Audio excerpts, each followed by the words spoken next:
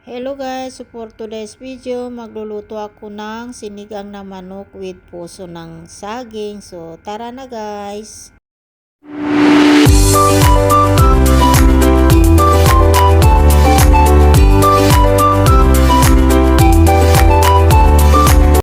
So ayan guys, hiwain ko muna ng pabilog yung puso ng saging.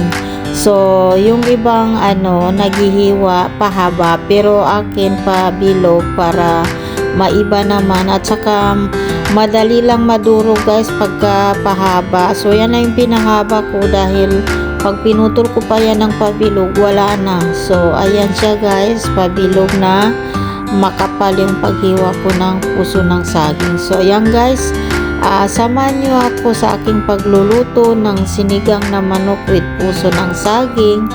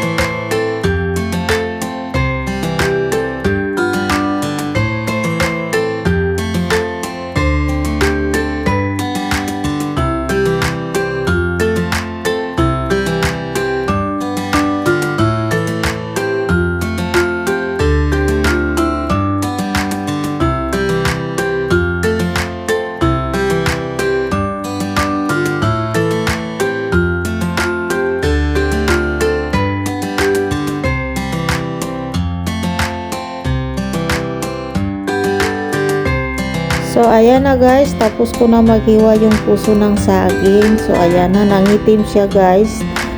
Dahil sa sobrang lamig dito sa ref, kasi ilang araw na yan, 1 week na yan nasa ref. So nangitim na siya. So ayan na guys. Ayan, lagyan ko rin siya ng opo para masarap. Sana merong kangkong. Pwede rin siya, or talbos ng sili. So wala akong talbos ng sili. So yan na guys, mag-start na ako magluto. So igigisa ko muna siya guys. So ayan, luya muna ang unahin para mabango.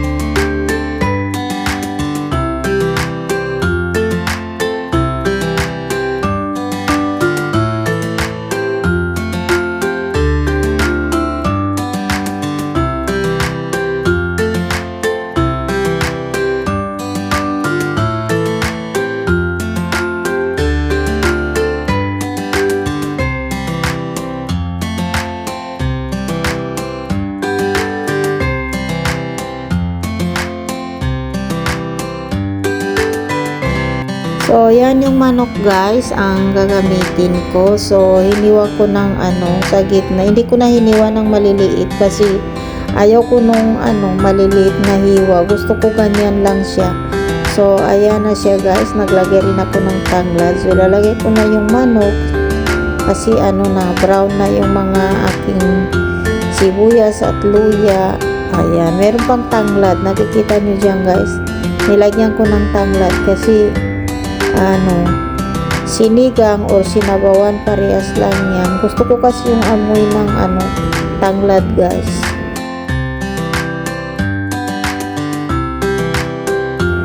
So ayan, naglagay na ako ng guys, black pepper. Ayan.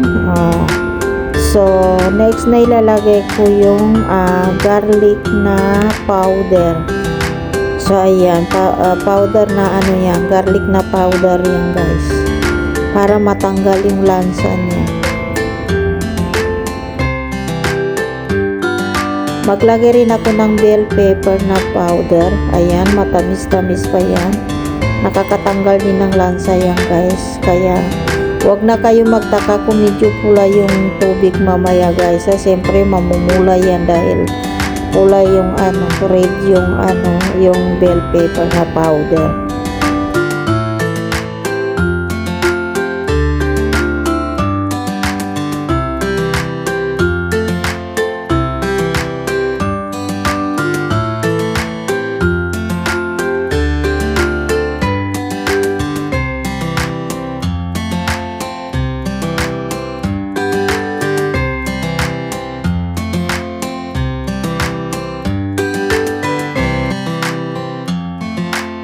So, ayan guys, cherry tomato ang gagamitin ko para matamis. Kasi matamis talaga yung kamatis na yan guys.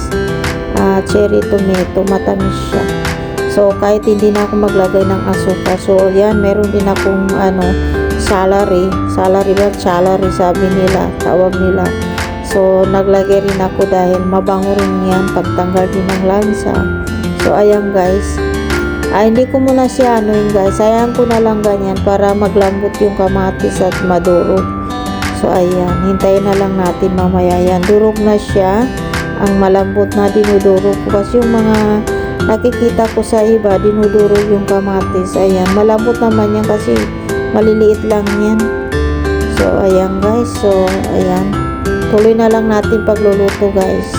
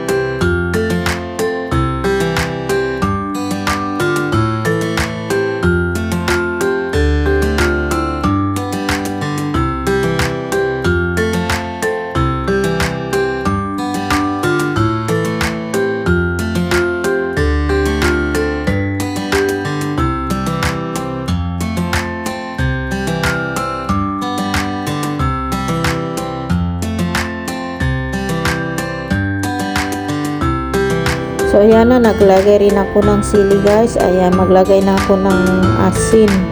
Meron akong patis dito guys. Ayaw kong maglagay ng patis kasi lalo kong naamoy na malansa pag nilalagyan ko ng patis. So, natry ko na yan.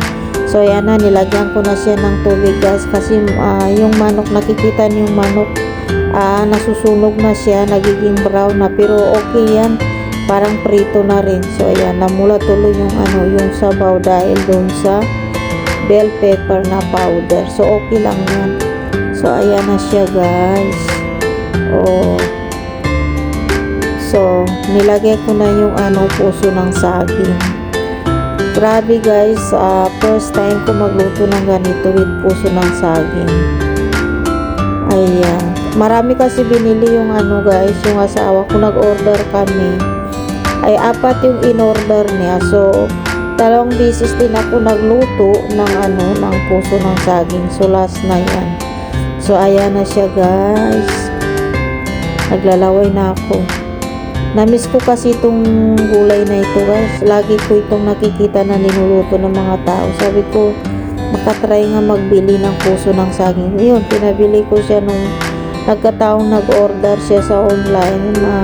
Tinatanong niya ko kung anong gusto ko. So sabi ko, mag-order ka ng papaya, green papaya, at saka ayan, puso ng saging. So ang dami nang in-order na puso ng saging, 4. So ayan guys, malapit na maluto ang sinigang na manok with puso ng saging.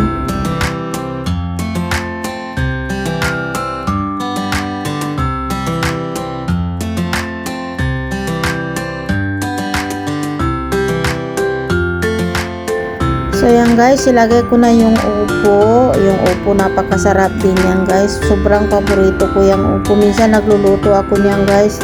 Tubig lang, nagpapakulo lang ako ng tubig, kamatis, sibuyas, yun lang. Tapos inuulam ko na, ang sarap. Hindi ko na nilalagyan, yung iba nilalagyan ng sardinas, pero ayaw ko kasi parang naamoy ko na malansa yung mga kahit galing pa sa Pilipinas yung sardinas. Ayaw ko kasi yung nakakaamoy ako ng malansa dahil hindi ko talaga kakainin guys. So, inaano ko na lang, di ko na lang nilalagyan kung ano-ano kasi na lang, basta nagpapakulo lang ako ng tubig. Kung meron akong tanglad, nilalagyan ko ng tanglad. Tapos, ayun, masarap din siya guys.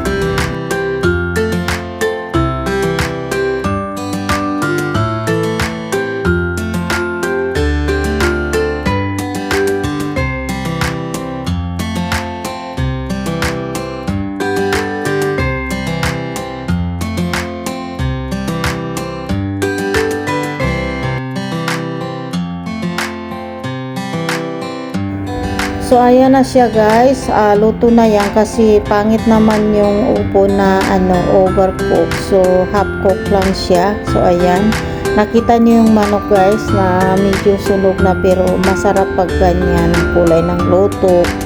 Parang luto talaga. So ayan guys, naglagay na ako ng kanin. So kakain na ako guys, pero pasensya na, hindi ko na ipapakita yung aking pagkain kasi okay naman yung haba ng video ko, sakto-sakto lang. So, kung kakain pa ako, abot pa yan ng 20 minutes kasi matagal ako kumain eh. So, ayan guys, maraming salamat sa support. Team Solid Liquid Team, sa mga admin namin. Thank you so much. Cendric Channel, mega love shout out sa'yo. Ayan. So, dito ko natatapusin ang aking video guys. Bye bye.